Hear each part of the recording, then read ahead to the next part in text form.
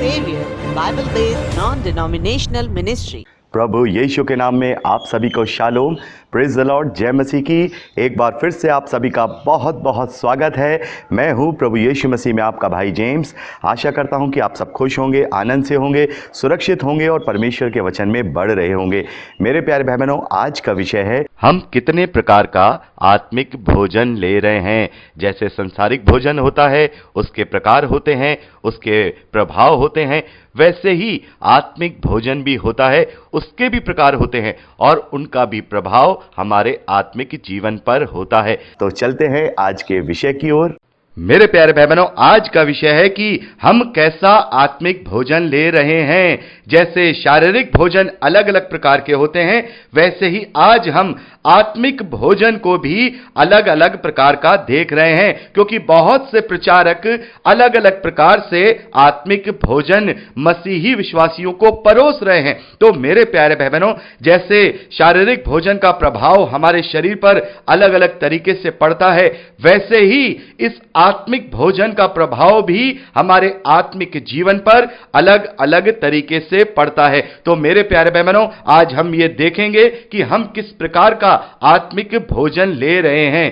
सबसे पहला आत्मिक भोजन जो ज्यादा से ज्यादा कलीसियाओं में परोसा जा रहा है, वो है मीठा। मेरे प्यारे भाई बहनों, जैसे हमारे खाने की थाली में मीठा होता है और बहुत सारे भाई बहन मिठाई के शौकीन होते हैं, वो बहुत मीठा खाते हैं, ऐसे ही आज के मसीही विश्वासी मीठा खाने के बहुत शौकीन हो गए हैं। मीठा वचन यानी कि आशीष के वचन, चंगाई के वचन, हमें प्रॉस्पेरिटी मिल जाएगी, धन संपत्ति के वचन। मेरे प्यारे भाई बहनों, हम मसीही विश्वासियों को मीठा खाने की आदत लग गई है। लेकिन मेरे प्यारे भाई बहनों, जैसे शरीर में हम जब मीठा खाते हैं तो थोड़ा बहुत मीठा तो ठीक लगता है कि चलिए थोड़ा बहुत हमने मीठा खा लिया, लेकिन यदि हम ज्यादा मीठा खाते रहें, बार बार मीठा खाते रहें, तो डायबिटीज हो जाती है। मेरे प्यारे भाई बहनों, इसी तरीके से मसीही विश्वासी ज्यादा मीठा खाने की वजह से डायबिटिक हो गए हैं, आत्मिक डायबिटिक हो गए हैं। दूसरा कुरिन्थियों उसका 11वां अध्याय उसके 4थे वचन में पौलुस कहते हैं, यदि कोई तुम्हारे पास आकर किसी दूसरे यीशु का प्रचार करे जिसका प्रचार हमने नहीं किया, या कोई और आत्मा तुम्हें मिले जो पहले ना मिला था, तो 13वें वचन में पौलुस कहते हैं, ऐसे लोग झूठे प्रेरित और छल का काम करने वाले और मसीह के प्रेरितों का रूप धरने वाले हैं। जी हां मेरे प्यारे भाई बहनों, जो लोग मीठा परोस रहे हैं, केवल चंगाई की बातें कर रहे हैं, केवल आशीष की बातें कर रहे हैं, केवल प्रॉस्पेरिटी की बातें कर रहे हैं, तो वो लोग किसी दूसरे यीशु का प्रचार कर रहे हैं। क्योंकि हमारे यीशु ने तो हमें यह सिखाया है कि मैं तुम्हें अनंत जीवन दूंगा, मैं तुम्हारे पापों से तुम्हें छुटकारा दूंगा, तुम इस नाशवान शरीर से छुटकारा पाकर उस अनंत जीवन में प्रवेश करोगे। वो तो हमें आत्मिक चंगाई देने आया था, वो तो हमें हमेशा हमेशा की जिंदगी देने आया था। उसने तो कभी नहीं कहा कि मैं तुम्हें इस प्रकार से गाड़ी दे दूंगा, मैं इस प्रकार से तुम्हें बंगला दे दूंगा, मैं तुम्हें इस प्रकार से सारी चीजें दे दूंगा। लेकिन आज हम इन्हीं बातों का प्रचार कलीसियाओं में देख रहे हैं। तो मेरे प्यारे भाई बहनों, जैसे ज्यादा मीठा खाने से शरीर के लिए हानिकारक बन जाता है, वैसे ही ज्यादा मीठे वचन को सुनने के द्वारा हमारे आत्मिक जीवन में भी एक बीमारी लग जाती है और हम उससे उभर नहीं पाते हैं और अंत में अपने आत्मिक जीवन को नष्ट कर देते हैं। तो सबसे पहला जो भोजन हमें परोसा जा रहा है, मीठा परोसा जा रहा है। तो मेरे प्यारे भाई बहनों, हमें इस भोजन से बचना है। हां, कभी कभार अपने आप को पूरी रीति से प्रबल करने के लिए कभी कभार हम आशीष की बातें करें, हम चंगाई की बात करें, लेकिन बार बार अगर आशीष चंगाई की बात कर रहे हैं, तो जिस प्रकार से मिठाई बार बार खाने से डायबिटीज हो सकती है, वैसे ही आत्मिक खाना, मीठा खाने से आत्मिक डायबिटीज हो सकती है। मेरे प्यारे भाई बहनों, दूसरा जो आत्मिक भोजन है वो च्यवनप्राश है। जैसे कि आज हमें इस संसारिक शरीर में कभी कभी दुर्बलता हो जाती है तो हमें च्यवनप्राश की जरूरत पड़ती है, वैसे ही बहुत तेरे आज प्रचारक हैं जो च्यवनप्राश आत्मिक भोजन दे रहे हैं, यानी कि ढाल वाले आत्मिक भोजन कि परमेश्वर आपको यहां उठा देगा, परमेश्वर आपको बचा लेगा, परमेश्वर आपकी सुरक्षा करेगा, परमेश्वर आपको मुसीबतों से बचा लेगा, परमेश्वर आपको अपनी हथेली में आपका नाम खुदा रखा है, वो आपकी ढाल बन जाएगा। यानी कि उससे हम ये कह सकते हैं जो मोटिवेशनल प्रचार होते हैं वो केवल मोटिवेशनल ही प्रचार करते हैं। लेकिन मेरे प्यारे बहनों, केवल हमें मोटिवेशनल प्रचार ही नहीं चाहिए, क्योंकि च्यवनप्राश को भी ज्यादा खाने से शरीर के अंदर गलत कुरीतियां पैदा हो जाती हैं, फिर इसके बगैर हम जी नहीं पाते। वैसे ही यदि हम बार बार केवल मोटिवेशन वाले ही जो प्रचार हैं वो सुनेंगे या उन्हें हम पसंद करेंगे, तो हम अपनी आत्मिक जो हमारी असलियत में जो हमारी आत्मिकता है उसमें हम दुर्बल होंगे, क्योंकि फिर हमें किसी ढाल की जरूरत पड़ेगी। बार बार हम अपने विश्वास में भटक जाएंगे, या हमें बार बार किसी की जरूरत होगी कि वो हमें बार बार हमारे विश्वास में उभारे। तो हमें स्वयं को इतना मजबूत बनाना है, स्वयं को वचनों के द्वारा इतना मजबूत बनाना है कि हमें किसी च्यवनप्राश की जरूरत ना पड़े। याद रखिएगा मेरे प्यारे भाई बहनों, च्यवनप्राश की उन्हें जरूरत पड़ती है जो शारीरिक कमजोर होते हैं, जो अपने शारीरिक में पूरी तरह से बिल्कुल बलवान होते हैं, वो च्यवनप्राश नहीं खाते। तो वैसे ही आत्मिक रीति से भी हमें किसी च्यवनप्राश की जरूरत नहीं है, बल्कि आत्मिक जीवन को प्रबल करने की जरूरत है, अपने विश्वास को प्रबल करने की जरूरत है।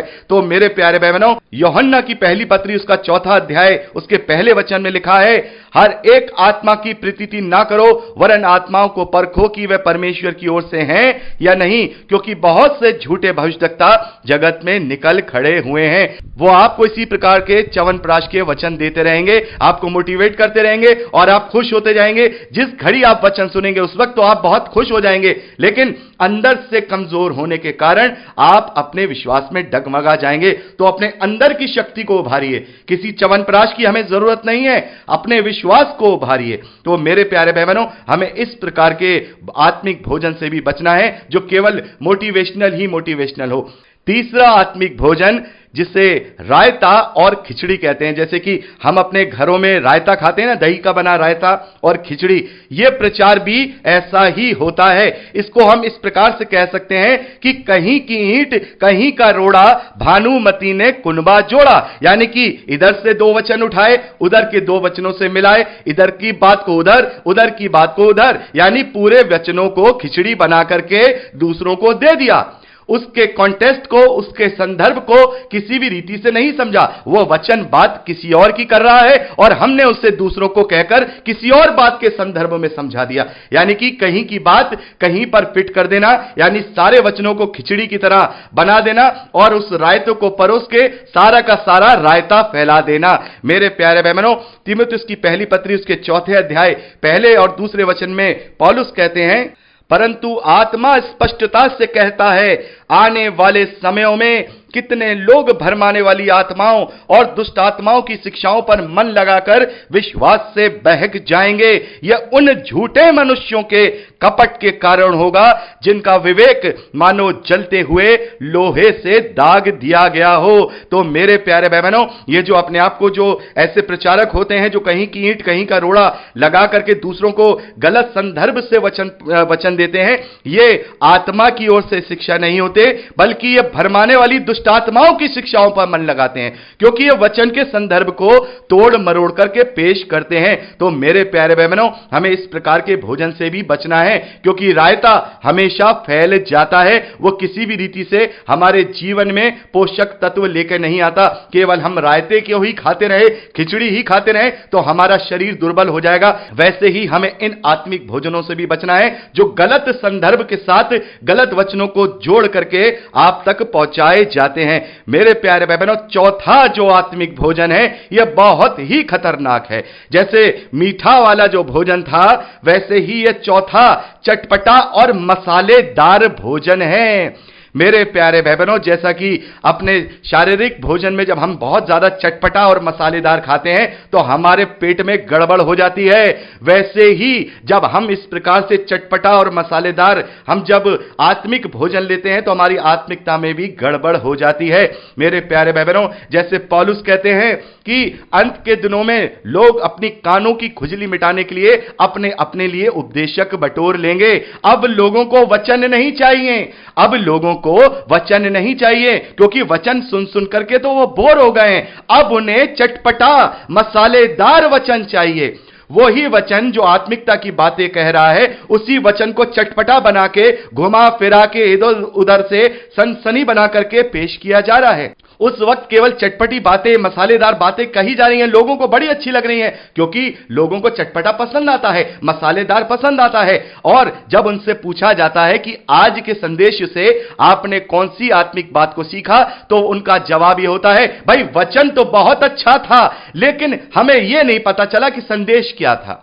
तो ये वो प्रचारक होते हैं जो संदेश तो कुछ नहीं देते हैं, ना ही लोगों की आत्मिक उन्नति के विषय में कोई बात हो रही है, ना ही प्रभु यीशु मसीह में जड़ पकड़ने वाली कोई बात हो रही है, ना ही धीरज की बात हो रही है, ना ही अनंत जीवन की बात हो रही है। केवल कहने का स्टाइल और उनका वर्णन करने का स्टाइल मसालेदार और चटपटा हो जाता है, जिससे लोगों को लगता है अरे फलाने प्रचारक तो बड़ा अच्छा प्रचार करते हैं। असल में देखा जाए उनके प्रचार के अंदर किसी भी रीति से कोई भी आत्मिक बात नहीं होती। तो मेरे प्यारे भाई बहनों, अगर हमें भोजन ही लेना है तो आत्मिक भोजन लीजिए। चटपटा मसालेदार भोजन पेट खराब कर देगा, और ज्यादा मसाला खाएंगे पेट के आंतों में फोड़े भी हो सकते हैं। तो इस बात का ध्यान रखिएगा, ज्यादा मसालेदार और चटपटे प्रचार से बचिए। प्रचारक किस अंदाज से प्रचार कर रहा है, यह मत देखिए प्रचारक क्या प्रचार कर रहा है, क्योंकि हम वहां पर प्रचारक को देखने नहीं जाते हैं, उसकी मसालेदार बातें सुनने नहीं जाते हैं, बल्कि आत्मिक बातों को ग्रहण करने चाहते हैं, ताकि हम अपनी आत्मिकता को प्रबल करके प्रभु यीशु मसीह में जड़ पकड़ते हुए उसी में बढ़ते जाएं। मेरे प्यारे भाई बहनों, पांचवें प्रकार का जो आत्मिक भोजन है वो है उबली सब्जी। कई बार हम देखते हैं ना कि बीमार लोगों को उबली सब्जी खिलाई जाती है और उसमें कोई स्वाद नहीं होता, केवल पेट भरा जाता है। तो यह उस प्रकार का प्रचार है जैसा कि हम पारंपरिक कलीसियाओं में देखते हैं।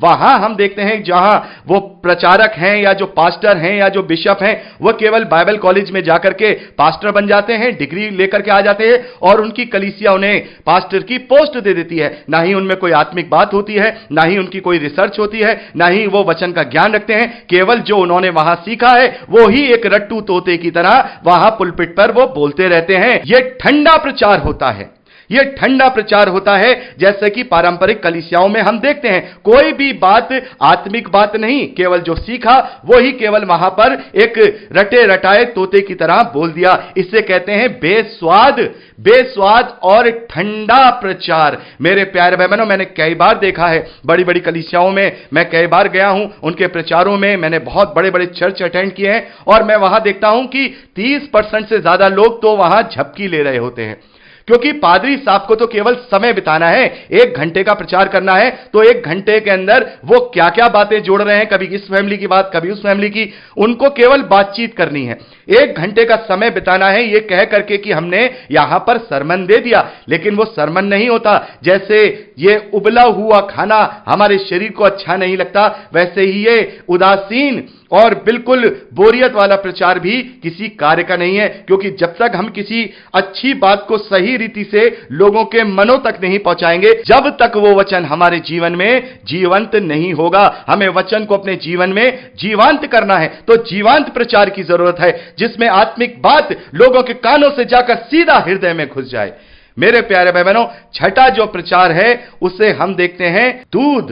मेरे प्यारे भाई बहनों, बहुत सारे लोगों को केवल दूध ही दूध चाहिए, केवल दूध चाहिए, वो आत्मिक बातों को समझ ही नहीं पाते हैं, और जो प्रचारक हैं वो केवल उन्हें दूध की ही बातें करते रहते हैं। 1 कुरिन्थियों 3 अध्याय पहले वचन से लेकर 3 वचन तक हम देखते हैं कि पौलुस उनसे कहता है कि मैं तुम्हें अन्न देना चाहता हूं, लेकिन तुम अभी तक दूध ही पी रहे हो, क्योंकि तुम अभी तक शारीरिक हो। तो मेरे प्यारे भाई बहनों, इस प्रकार का जो आत्मिक भोजन होता है, जो दूध होता है, वो केवल यही होता है कि भाई आप अच्छे से रहो, बिना पाप के रहो, आपको इस तरीके से बात करनी है, आपको अपना जीवन ऐसे जीना है। इस प्रकार की ही वहां पर केवल बात होती है, कोई आत्मिक बात नहीं होती जिससे हमें आत्मा के वरदानों के विषय में पता चले, हमें पवित्र आत्मा के कार्यों के विषय में पता चले, हमें अपने कर्तव्यों के विषय में पता चले। यह बात नहीं होती, केवल यह होती है कि अपने आप को ऐसे रखो, अपने आप को सिधाई के साथ रखो, अपने आप को सच्चाई के साथ रखो। अरे ये तो आधार है मसीह विश्वासियों का। हमें सच्चाई के साथ जीना है, हमें भलाई के साथ जीना है, हमें प्रेम के साथ जीना है। अरे उसके साथ साथ हमें अपने आप को इस रीति से प्रबल भी करना है कि हम प्रभु के कर्तव्य को पूरा करने पाए। पौलुस कहते हैं, डरते हुए और कांपते हुए अपने अपने उद्धार के कार्य को पूरा करते जाओ। तो कौन से उद्धार के कार्य को पूरा करने के लिए पौलुस कह रहे हैं?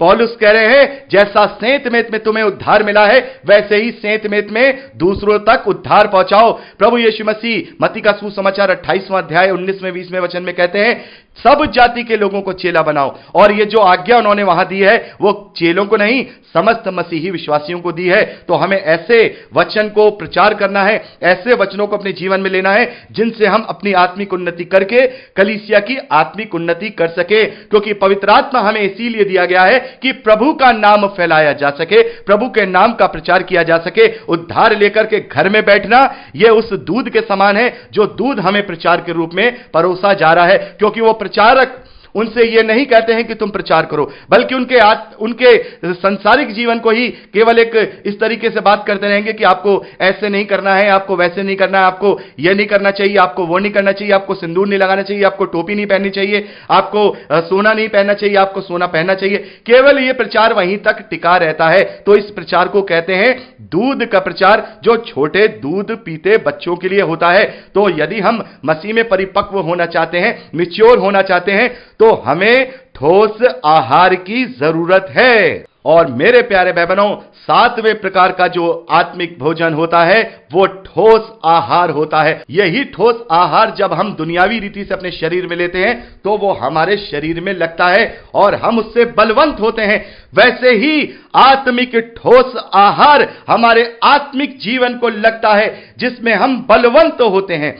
इब्रानियों की पत्री उसका 5वां अध्याय उसके 11वें वचन में लेखक कहते हैं इसके विषय में हमें बहुत सी बातें कहनी है जिनका समझना भी कठिन है, इसलिए कि तुम ऊंचा सुनने लगे हो। समय के विचार से तो तुम्हें गुरु हो जाना चाहिए था, तो भी यह आवश्यक हो गया है कि कोई तुम्हें परमेश्वर के वचनों की आदि शिक्षा फिर से सिखाए।